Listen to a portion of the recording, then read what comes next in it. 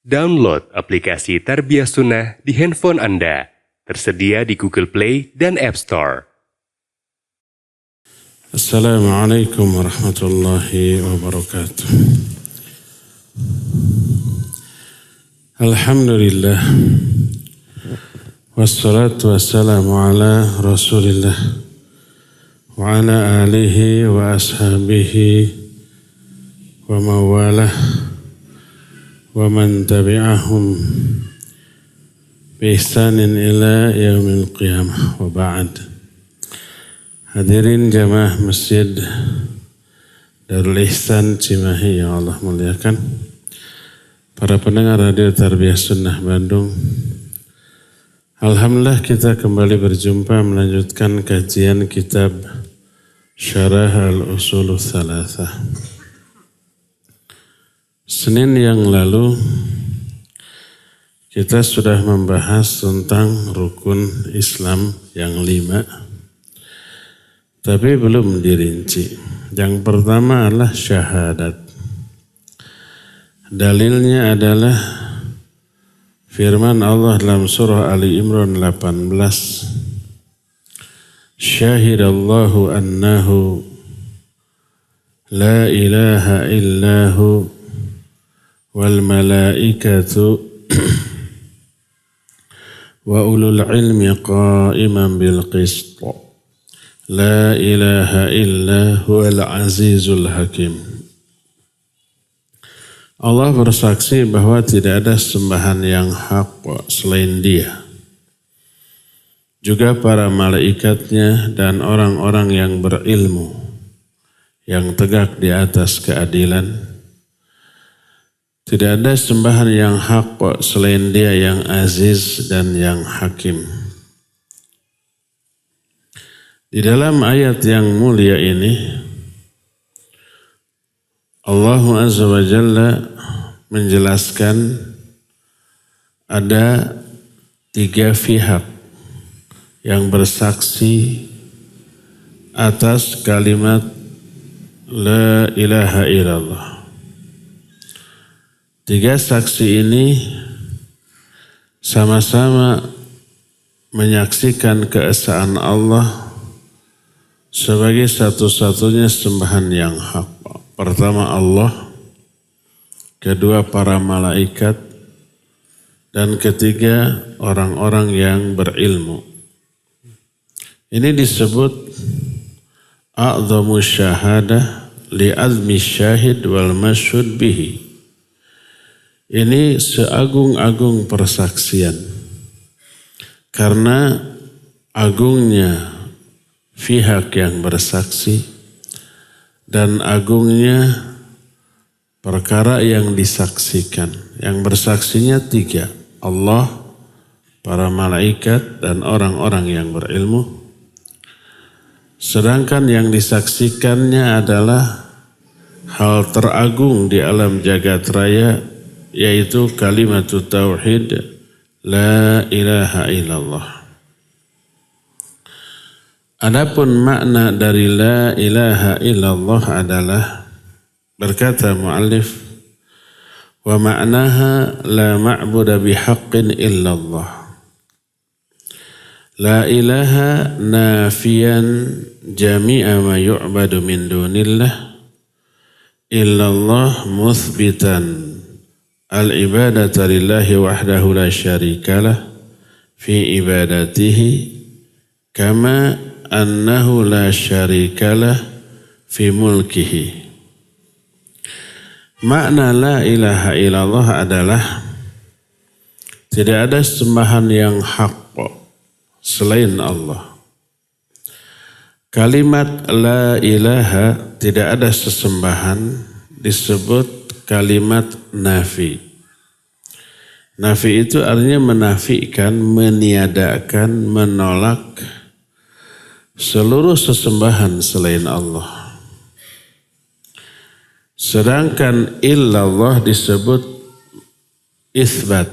Karena apa? Menetapkan ibadah hanya kepada Allah yang tidak ada sekutu baginya dalam peribadatan, sebagaimana dia pun tidak ada sekutu dalam hal kekuasaan atau kerajaan. Allah satu-satunya yang berkuasa, yang merajai di alam jagat raya ini, yang mengatur alam jagat raya ini. Otomatis Allah pula lah satu-satunya yang layak untuk diibadati. Jadi makna dari la ilaha illallah adalah tidak ada sembahan yang hak selain Allah. Kalau ada yang menerjemahkan la ilaha illallah dengan makna tidak ada sembahan selain Allah, keliru, salah. Baik dari aspek nahwu ataupun dari aspek realita. Kenapa? Karena kalau tidak ada sesembahan selain Allah, pertama realitanya banyak sesembahan selain Allah. Matahari sesembahan, patung-patung sesembahan. Orang-orang yang sudah mati, sebagian para nabi sesembahan karena disembah. Walaupun disembah secara batil, tetap itu namanya sesembahan. Karena itulah maka ada banyak sesembahan selain Allah walaupun sesembahannya adalah batil. Itu realitanya ada banyak sesembahan. Itu pertama. Kedua, terjemahan tidak ada sembahan selain Allah menyalahi kaidah nahwu. Ketika menerangkan poin ini berkata Syekh Al-Utsaimin rahimahullah, qauluhu wa ma'naha ay ma'na la ilaha illallah la ma'buda bihaqqin illallah fa syahadatu an la ilaha illallah ay ya'tarifal insan bilisanihi wa qalbihi bi annahu la ma'buda haqqin illallah azza wa jalla li'annahu ilah bimakna ma'luh wa ta'alluh at-ta'abbud. Yang dimaksud makna la ilaha illallah artinya tidak ada sembahan yang hak selain Allah, maka yang dimaksud syahadah, persaksian adalah seseorang mengaku dengan lisan dan hatinya bahwa tidak ada sembahan yang hak selain Allah. Karena makna ilah itu isim atau masdar dengan makna isim maf'ul. Ilah bimakna ma'luh. Ta'alluh artinya ta'abbud. Ta'alluh itu beribadah. Ilah maknanya ma'luh artinya yang diibadati atau yang disembah. Itu makna persaksian. Ingat, syahadah atau persaksian yang dimaksud adalah syahadah menurut definisi ilmu tauhid, bukan menurut disiplin ilmu yang lainnya. Sebab akan berbeda maknanya dengan persaksian menurut ilmu hukum sekuler umpamanya. Dalam hukum sekuler ketika ada kasus terus disidang, maka selain memeriksa kasus ada juga saksi yang diperiksa dan memberikan persaksian. Si saksi itu harus orang yang menyaksikan peristiwa yang disaksikan. Kalau tidak melihat, tidak menyaksikan, tapi memberi kesaksian, maka itu kesaksian palsu dan si saksi palsu ini bisa dipidana. Kan gitunya. Itu menurut ilmu hukum sekuler. Adapun menurut hukum pidana Islam sama. Ketika satu kasus di sidang, pencurian atau perzinahan, maka ada saksi. Dan saksi itu harus melihat peristiwa itu. Melihat perzinahan seperti dia melihat tutup botol masuk ke dalam botolnya. Kalau enggak, itu tidak diterima persaksiannya. Itu di bidang hukum. Bisa pidana, bisa perdata. Adapun dalam masalah ilmu tauhid, asy-syahadah maknanya adalah i'tiraful amdi bilisanihi wa qalbi bima ya'rifuhu. Seseorang hamba mengakui dan memberitahukan baik secara lisan atau hatinya apa yang dia ketahui melalui penelaahan, melalui pendengaran, melalui penciuman. Seperti umpamanya kita mencium ada bau si montong. Masalah si montong. Saya pulang ke rumah, kata saya ke orang di rumah, tadi ada si montong. Melihat? Enggak melihat. Merasakan? Kamu ente merasakan. Terus kau tahu? Mencium. Ini mungkin bau tarasi, pasti si montong. Itu persaksian memberitahukan apa yang dia ketahui hasil dari mencium. Atau hasil mendengar, oh tadi ada si fulan kedengaran suaranya. Atau hasil melihat dan seterusnya. Itulah yang dimaksud syahadah dalam ilmu tauhid. Ikhbarul insan bima ya'lamuhu. Seseorang memberitahukan apa yang dia ketahui. Baik yang dia ketahui itu hasil melihat, mendengar, mencium atau menelaah. Syahadat la ilaha illallah bukan menyaksikan Allah, bukan melihat Allah, tapi menyaksikan keesaan Allah. Yakin Allah itu esa satu-satunya, lalu diungkapkan, diberitahukan kepada yang lain, maka itu syahadah. Memberitahukan apa yang diyakininya tentang keesaan Allah. Keyakinan ini lahir dari mana? Hasil menelaah. Apa yang dia telaah? 2. Ayat Allah yang syar'iyah dan ayat Allah yang kauniyah. Menelaah seluruh firman Allah, yakin Allah itu ada dan satu.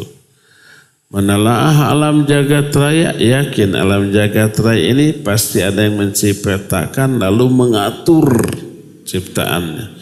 Mustahil alam jagat raya ini ada dengan sendirinya. Mustahil alam jagat raya ini tak ada yang mengaturnya. Mustahil. Tidak masuk akal. Jangankan itu, atau kalau ada orang memberitahukan itu ada mobil ngageleyeng tidak ada supirnya. Pas ada belokan belok, pas ada lampu merah berhenti, pas lampu hijau jalan lagi, tapi tidak ada supirnya. Percaya nggak kita? Mustahil. Bohong. Ditinggali nyawa saya supir. Pasti pakai remote tadi jauh kan gitunya. Ada selalu yang mengendalikan. Itu baru mobil tuh. Apalagi alam jagat raya yang dahsyat, super kompleks. Tapi teratur sejak ribuan, ratusan ribu, mungkin jutaan tahun yang lalu, entah berapa lama lagi sampai hari kiamat teratur. Ini mustahil tanpa ada yang mengatur. Pasti ada. Dialah Allah Azza wa Jalla. Nah, keyakinan kita atau seseorang bahwa Allah itu ada dan esa lalu diinformasikan, itulah syahadat. Bukan melihat Allah. Sebab yang kita saksikan bukan zat Allah tapi keesaan Allah. La ilaha illallah. Wa jumlatu la ilaha illallah mustamilatun ala nafyin wa itsbatin. Kalimat la ilaha illallah mengandung dua rukun. Satu rukun ini enggak ada, gugur sudah, terhapus sudah. Apa rukunnya itu? Pertama nafi, kedua itsbat. Nafi itu meniadakan, menolak, mengingkari. Apa yang ditiadakan, ditolak, diingkari? Semua sesembahan. Sesembahan diingkari. Kosongkan hati, pikiran kita dari semua sesembahan. Murni, bersih. Ini nafi. Kedua, itsbat.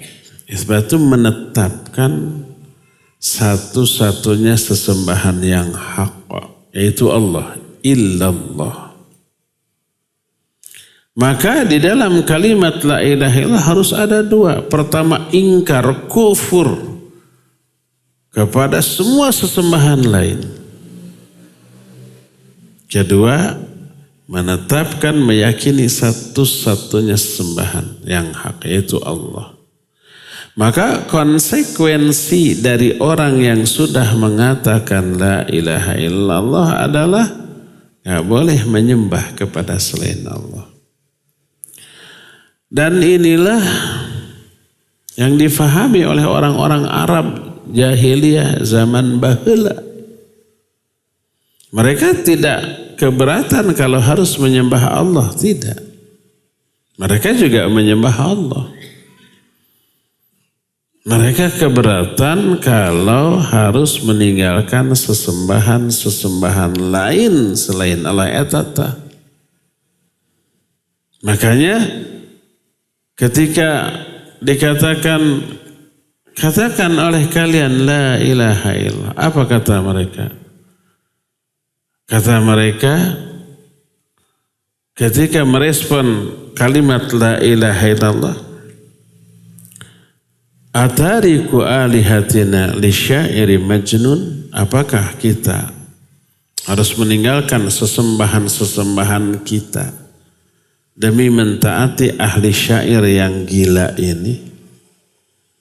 Nabi SAW disebut ahli syair yang gila ini. Tidak mau mengatakan la ilaha, bukan tidak mau menyembah Allah. Selama ini mereka juga menyembah Allah. Sehingga seorang sahabat waktu sebelum Islam ditanya, kam ilahan ta'bud, berapa sesembahan yang kamu sembah? Dia bilang 7. Wahid fis sama wa sitah fil ard. 1 di langit yaitu Allah. Yang 6 lagi di muka bumi. 7 tuh yang dia sembah. Termasuk Allah dia sembah. Ditanya lagi, sesembahan mana yang paling kamu takuti azabnya dan paling kamu harapkan karunia-Nya? Dia menjawab, alladzi fis sama. Sesembahan yang ada di langit. Lalu kata Nabi SAW, u'budhu wahdah watruk ma siwah. Kalau begitu, sembah dia aja satu, yang lain tinggalkan. Akhirnya dia menerima itu dan bersyahadat la ilaha illallah. Tidak ada sembahan yang hak selain Allah Azza wa Jalla. Nah, jadi 2 rukun tauhid, nafi dan itsbat. Nafi menolak, mengingkari, kufur kepada sembahan-sembahan lain. Itsbat menetapkan Allah sebagai satu-satunya sesembahan. Selaras dengan ayat faman yakfur bit-taghut wa yu'min billah faqadis tamsaka bil urwatil wuthqa. Siapa yang kufur kepada taghut. Taghut itu semua sembahan selain Allah. Dan iman kepada Allah, orang ini telah berpegang teguh kepada al-urwatul wuthqa. Kata Imam Al-Badawi, al-urwatul wuthqa itu kalimatut tauhid la ilaha illallah. Adapun kata Syekh Al-Utsaimin rahimahullah, amman nafi fahuwa la ilaha wa ammal itsbat fahuwa illallah. Adapun nafi terkandung dalam kalimat la ilaha. Adapun itsbat terkandung dalam illallah. Adapun huruf atau lafaz Allah, lafzul jalalah, badal dari khobar la yang mahdzuf, takdirnya la ilaha haqqun illallah. Ini kajian ilmu nahunya. Huruf la di sini termasuk akhwat inna. Amalan inna adalah tansibul isma wa tarfa'ul khabar, menasabkan isim, merafa'kan khabar. Yang nggak pernah belajar nahu liar, wilujeng liar. Sekarang saya menjelaskan ini di hadapan orang yang telah belajar nahu. La ilaha, la disebut la nafiyatun lil jinsi, tansibul isma wa tarfa'ul khabar, menafikan semua jenis ilah, menasabkan isim, isimnya itu ilaha, isim itu kata benda, bukan isim jimat, bukan. Makanya dibaca nasab, tanda nasabnya fathah tanpa tanwin, la ilaha. Tidak boleh dibaca la ilahu atau la ilahi, tapi la ilaha. Kenapa? Ilaha ismul la mansubun wa alamatun nasbihi fathatun zahiratun fi akhiri li'annahu ismul mufrad. Ngerti? Enggak, wilujeng liar. Nggak bisa diterjemahkan itu. Ilaha isim la. Harus nasab. Aturannya begitu. Nasab, tanda nasabnya jangan diterjemahkan. Sudah itu istilah. Tanda nasabnya dengan fathah. Karena dia isim mufrad. La ilaha. Nah, belum ada khabarnya, masuk illa. Illa disebut illa istisna. Mulghah itu tidak beramal. Kenapa? Lidukhuli ala kalamin naqisin. Karena dia masuk kepada kalimat yang belum sempurna. La ilaha itu belum sempurna, sebab belum ada khobarnya. Sebuah kalimat baru sempurna kalau ada mubtada khobar, atau kalau ada huruf la atau inna, ada isim la, isim inna, dan khobar. Ini khobarnya belum ada, masuk illa. Mana khobarnya? Terbuang.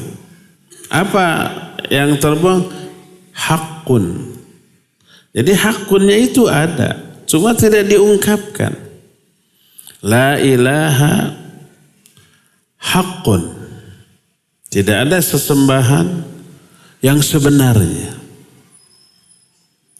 Ilahnya tadi mulghah. Mulghah itu tidak berfungsi. Biasanya ilah itu berfungsi huruf istisna, kemudian kata yang datang setelah ilah itu mustasna, dan mustasna itu harus nasab. Umpamanya ja'at tullabu illa Muhammadan. Telah datang para mahasiswa, para santri, kecuali Muhammad. Ja'atul labu itu sudah sempurna, fi'il fa'il, telah datang para masa sudah. Illa, kecuali Muhammad, dan Muhammad itu mustasna, yang dikecualikan, dan dia harus nasab Muhammadan. Karena sudah sempurna kalimat sebelumnya. Kalau belum sempurna seperti la ilaha, maja'a illa Muhammadun. Tidak ada yang datang kecuali Muhammad. Maja'a, tidak ada yang datang. Ini belum sempurna. Apa yang tidak ada yang datang, kan belum paham ya. Illa Muhammadun. Illa di sini masuk ke Kalam yang nakis, yang belum sempurna, mulghah, tidak berfungsi. Muhammadun sebagai fa'il. Jadi dun. Sama dengan ini la ilaha, tidak ada sesembahan. Mana khabarnya? Hakun, tersembunyi ada di sana. Ilahnya mulghah, tidak berfungsi. Allahu la ilaha illallahu. Kenapa dibasahu padahal ada ilah? Karena bukan mustasna, karena ilahu badal dari hakun. Makanya hakunnya itu harus ada secara nahu, hanya tidak terucap. Makna la ilaha illallah artinya la ma'buda hakun illallah. Makanya diterjemahkannya tidak ada sembahan yang benar kecuali Allah. Ada sesembahan yang lain selain Allah, cuma tidak benar gitu. Walaupun tidak benar tetap ilah. Makanya Allah berfirman dalam Al-Quran dalam surah Hud ayat 110, fama agnat anhum alihatuhum allati yad'una min dunillahi min syai' lamma jaa amru rabbik. Kata Allah, ilah-ilah mereka itu disebut ilah, jamaknya alihah. Berarti ada ilah-ilah lain selain Allah, cuma batil gitu. Kata Allah, ilah-ilah lain, sembahan lain tidak ada manfaatnya bagi mereka. Ilah yang mereka sembah selain Allah nggak ada sedikit pun manfaatnya bagi mereka bila sudah datang urusan Allah. Sudah mati, sudah dapat hukuman musibah, apalagi ke neraka, nggak ada manfaatnya sesembahan yang mereka sembah. Jadi yang disembah oleh orang-orang musyrik oleh Allah disebut ilah. Berarti ada nggak ilah lain selain Allah? Ada, banyak. Apa contohnya? Patung itu ilah, sesembahan. Matahari disembah. Bulan bintang ada yang menyembahnya. Kuburan ada yang menyembahnya. Orang mati ada yang menyembah. Itu ilah, tapi batil. Walaupun batil, tetap disebut ilah. Makanya para nabi menyerukan ke umatnya, u'budullaha ma lakum min ilahin ghairu. Yang adalah surah Al-A'raf ayat 59, bersembahlah oleh kalian Allah, tak ada ilah lain yang benar kecuali Dia, kecuali Allah. Ada ilah lain selain Allah, tapi nggak benar alias batil. Makanya dalam beberapa ayat dengan lafaz yang sama, ada dalam surah Al-Hajj ayat 62, ada dalam surah Luqman, Allah menyatakan, dzalika bi annallaha huwal haqq wa anna ma yad'una min dunihi huwal batil wa annallaha huwal aliyyul kabir. Yang demikian itu karena Allah lah satu-satunya ilah yang hak, sesembahan yang hak. Adapun ilah-ilah selain Allah yang mereka sembah adalah batil. Termasuk ada patung, ada pohon yang dulu diberi nama Lata, Uzza, Manat, Hubal, macam-macam kan. Allah sebut ilah-ilah yang mereka sembah itu dalam Al-Quran, tapi disembah secara batil, diberi nama oleh para penyembahnya. Kalau Allah yang kita sembah, nama dan sifatnya bukan kita yang ngasih, tapi Allah sendiri yang memberi nama dan sifat bagi dirinya kan dalam Al-Quran. Bukan kita. Kita nggak boleh ngasih nama kepada Allah. Kita nggak boleh menetapkan sifat bagi Allah menurut otak kita. Karena Allah gaib. Kita nggak tahu apapun tentang Allah. Baru kita tahu tentang Allah melalui perkenalan dari Allah tentang dirinya, baik namanya, sifatnya, perbuatannya, baru kita mengenal Allah melalui informasi dari Allah tentang Allah, gitu tah. Nggak boleh diwang-wang, nggak boleh diwang-wang teh, diraba-raba, diduga-duga. Sigana pantasna Allah teh kieu ya. Nggak boleh begitu, sotoy namanya ya. Tapi kalau sesembahan yang disembah selain Allah diberi nama Lata, Uzza, Manat, Tubal. Kata Allah, afara'aitumul Lata wal Uzza wa Manata thalithatal ukhra alakumul dzakaru wa lahul untha tilka idzan qismatun diza in hiya illa asma'un sammaitumuha antum wa aba'ukum ma anzalallahu biha min sultan iyattabi'una illa dhann wa ma tahwal anfus. Kata Allah, tidakkah kalian perhatikan Lata dan Uzza dan Manat yang ketiganya? Ini Allah terangkan setelah Allah menjelaskan kekuasaan dan kehebatan Allah ketika diperlihatkan kepada Nabi SAW di saat Isra Mi'raj.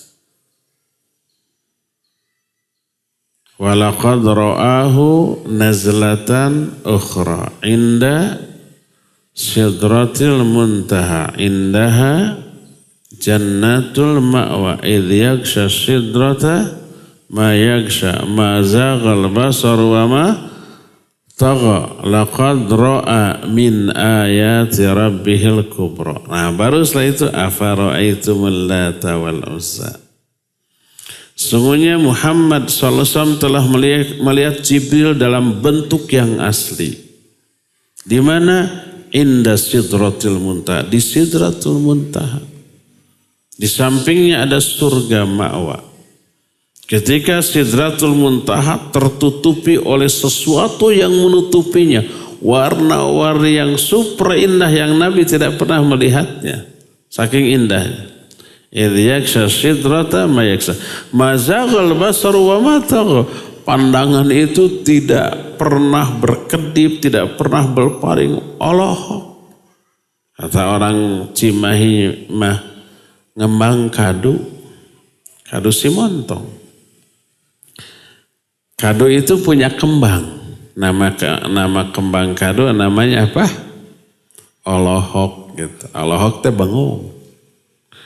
Padahal alohok itu nama bunga durian. Bunga durian disebut alohok. Sekaligus alohok maknanya bengong. Makanya orang yang bengong bahasa Sundanya disebut ngembang kadu. Maknanya Alohok, bengong. Nabi SAW Alohok.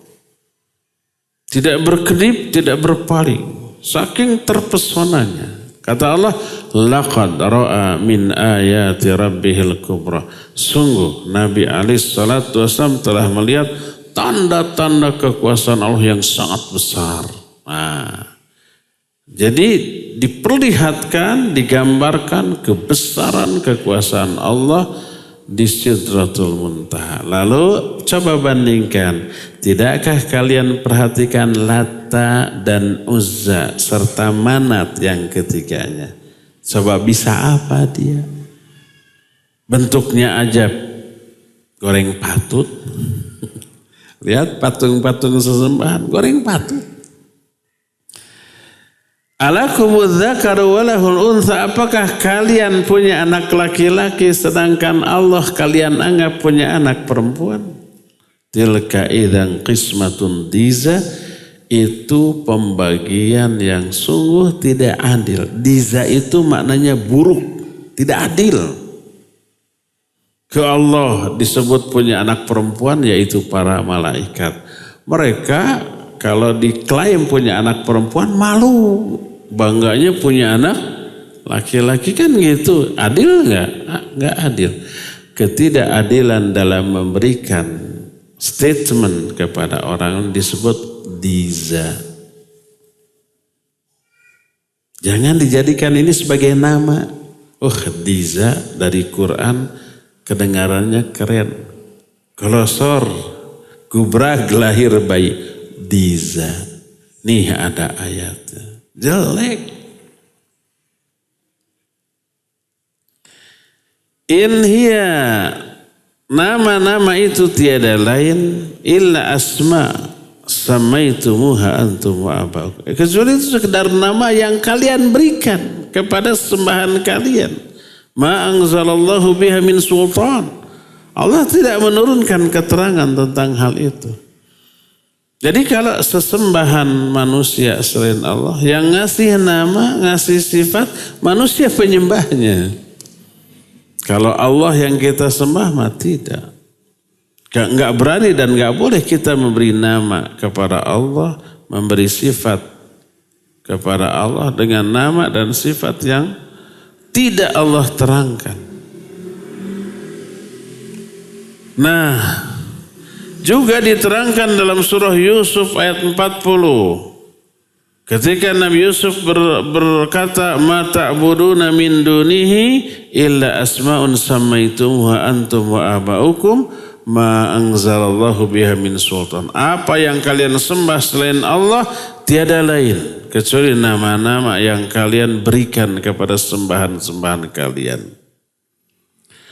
Oleh karena itu banyak sesembahan di dunia ini selain Allah tapi batil.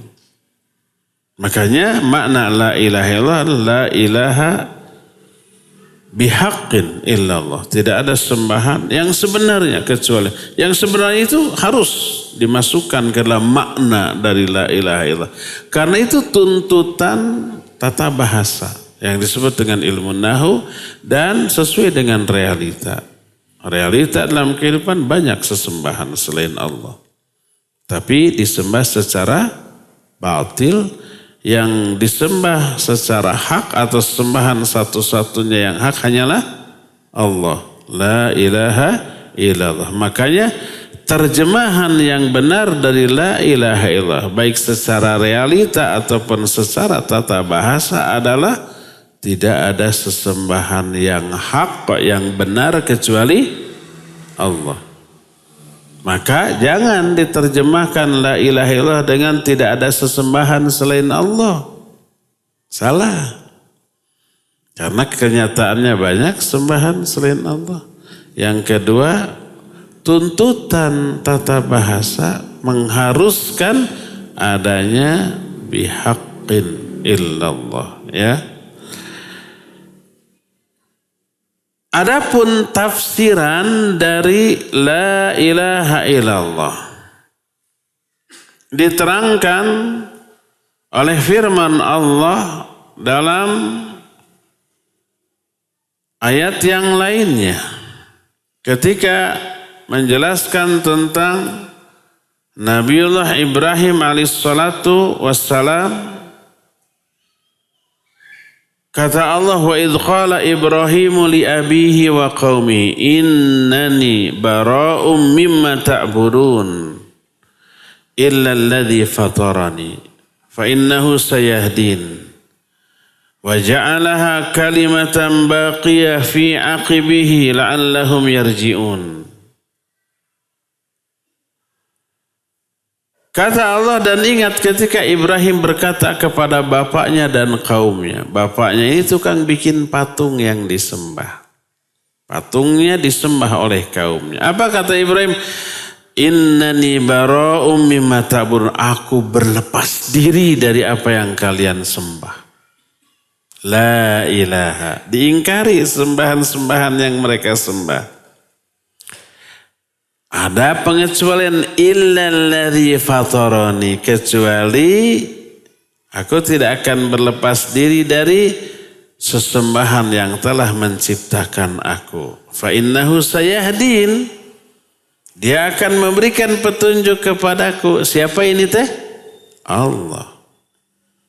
Kata Ibrahim, aku berlepas diri ingkar kepada sembahan kalian kecuali Allah yang telah menciptakan aku dan dia akan memberikan petunjuk kepadaku. Nih, La ilaha illallah. Sama dengan faman yakfur bitaghut wa yu'min billah. Juga diterangkan dalam ayat lain surah Ali Imran ayat 64. Allah berfirman, "Qul ya ahlal kitab ta'alau ila kalimatin sawa'in bainana wa bainakum alla na'budu illallah wa la nusyrika bihi syai'a wa la yattakhidha ba'duna ba'dan arbaban min dunillah fa in tawallaw faqulu ashhadu bi anna muslimun." Katakan olehmu, hai Muhammad, kepada ahlul kitab, Yahudi, Nasrani, mari kita kembali kepada satu kalimat yang sama antara kami dan kalian. Yaitu apa? Kita tidak menyembah apapun kecuali kepada Allah. Dan kita tidak menyekutukan dia dengan sesuatu pun. Dan kita, sebagian kita tidak menjadikan sesembahan sebagian yang lain selain Allah. Katakan, yuk hanya sembah Allah saja. Selain Allah jangan disembah. Isa, Uzair jangan disembah. Hanya Allah saja. Fa in tawallau, kalau mereka berpaling, tidak mau, katakan kepada mereka, saksikan kami Muslim. Orang-orang yang pasrah dan sadrah hanya kepada Allah Azza wa Jalla. Inilah makna dari la ilaha illallah. Satu tah, dua kalimah syahadat. Kalimah pertamanya la ilaha illallah. Sudah kita terangkan. Sekarang yang kedua, kalimat kedua dari dua kalimat syahadat yaitu wa asyhadu anna Muhammadar Rasulullah. Ini mah nanti Senin depan kita akan jelaskan. Senin depan libur, 2 Senin lagi juga libur tentunya. Senin depan jelas libur. 2 Senin lagi mungkin sudah bisa lagi insyaallah ya. Sore ini cukup sampai di sini dan kita masih punya sisa waktu untuk bertanya jawab. Wa sallallahu ala nabiyina Muhammadin wa ala alihi wa ashabihi wasallam. Ya, silakan kalau ada pertanyaan dipersilakan. Assalamualaikum warahmatullahi wabarakatuh. Waalaikumsalam warahmatullahi wabarakatuh. Ustadz, ada seseorang yang memahamkan bahwa la ilaha illallah itu maknanya apapun yang dia sembah pasti Allah. Sekalipun batu yang disembah, burung yang disembah atau apapun yang disembah itu tujuannya adalah kepada Allah. Apakah orang ini bisa dihukumi kafir? Terima kasih Ustaz. Assalamualaikum warahmatullahi wabarakatuh. Waalaikumsalam warahmatullahi. Iya, ini bahaya dua. Pertama filsafat, kedua tasawuf. Sampai pada kesimpulannya apapun yang dilihat, maka yang benda apapun, maka yang terlihat oleh orang itu Allah. Kalau orang itu sudah ma'rifat kepada Allah, maka apapun yang disembah, dia merasa menyembah Allah. Bahaya enggak? Super bahaya. Perbuatan syirik dianggap tauhid. Perbuatan syirik dianggap sebagai penyembahan kepada Allah. Kalau orang menyembah Isa tapi dengan niat menyembah Allah, benar kan gitu? Bahaya. Ini yang menjadi tujuan motivasi utama orang musyrik ketika menyembah patung. Kata mereka, la na'buduhu illa liyuqarribuna ilallahi zulfa. Kami tidak beribadah kepada patung ini hanya kepada Allah, tapi untuk mendekatkan diri kami kepada Allah sedekat-dekatnya. Jadi menyembah patung dengan makna patung ini wasilah, perantara yang bisa mendekatkan dia kepada Allah, itu musyrik. Apalagi dengan niat benar menyembah patung tetapi dipahami, diniatkan menyembah Allah. Itu sejelas-jelas perbuatan syirik. Dan itu didapat dari dua. Pertama filsafat, yang kedua tasawuf. Karena makna tasawuf kata para ulama, orang yang memahami Quran Sunnah dengan akal dan perasaan. Bukan dengan ilmu. Adapun dengan ilmu seperti kaidah ilmu nahwu. Seperti tadi banyak ayat-ayat ya. La ilaha illallah maknanya tidak ada sesembahan selain Allah. Maka ketika orang-orang menyembah Lata, Uzza, Manat, Hubal dan yang lain disebut musyrik. Apapun niatnya. Apapun motivasinya, apapun konsep dia. Oh saya menyembah patung tidak. Dalam diri patung yang saya lihat Allah. Maka saya menyembah Allah melalui patung ini. Musyrik.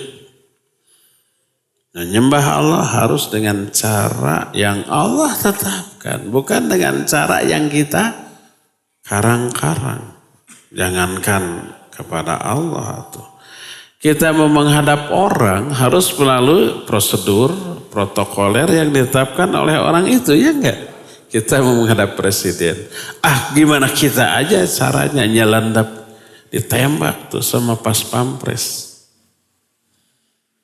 Ya harus melalui prosedur yang ditetapkan oleh protokoler kepresidenan dong.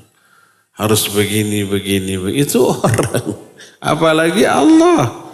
Mau menyembah Allah dengan cara yang kita bikin-bikin. Dengan perasaan, dengan akal, dengan kebodohan, dengan hawa nafsu. Nggak bisa ya. Jadi keliru. Maka fahami apapun Quran Sunnah apalagi Tauhid. Dengan ilmu yang merujuk kepada penjelasan ahlinya para ulama. Jadi bertolak belakang memaknai la ilaha illallah dengan mana apapun yang disembah orang baik patung, pohon atau orang yang sudah mati hakikatnya menyembah Allah itu keliru besar.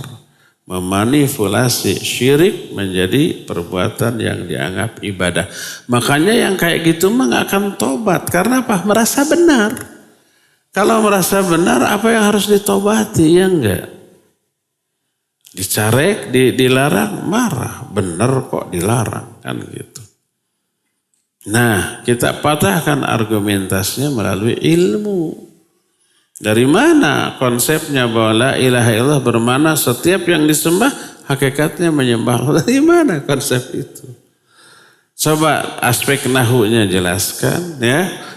Bandingkan dengan ayat-ayat yang lainnya ya. Hubungkan yang berkaitan dengan makna ilah, makna sembahan, maka nanti akan ditemukan berbenturan dengan banyak ayat dengan kaidah ilmu nahwu ya. Allahu a'lam bishawab.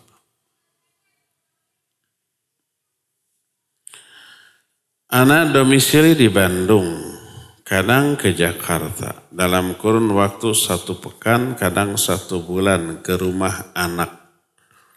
Apakah sholatnya boleh diqadha? Nggak boleh diqadha, mungkin diqasar maksudnya ya.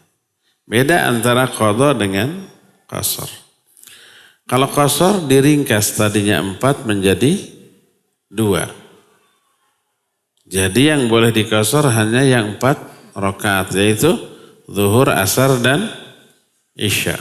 Maghrib nggak boleh jadi 1,5. Subuh nggak boleh jadi 1 rakaat. Itu qasar maksudnya ya. Kedua jamak. Jamak menyatukan 2 waktu sholat. Tapi yang disatukan hanya 2 waktu sholat, zuhur, asar, maghrib dan isya. Nggak boleh selain itu. Menjama isya dengan subuh, nggak boleh. Menjama asar dengan maghrib, nggak boleh. Menjama subuh dengan duhur apalagi, nggak boleh.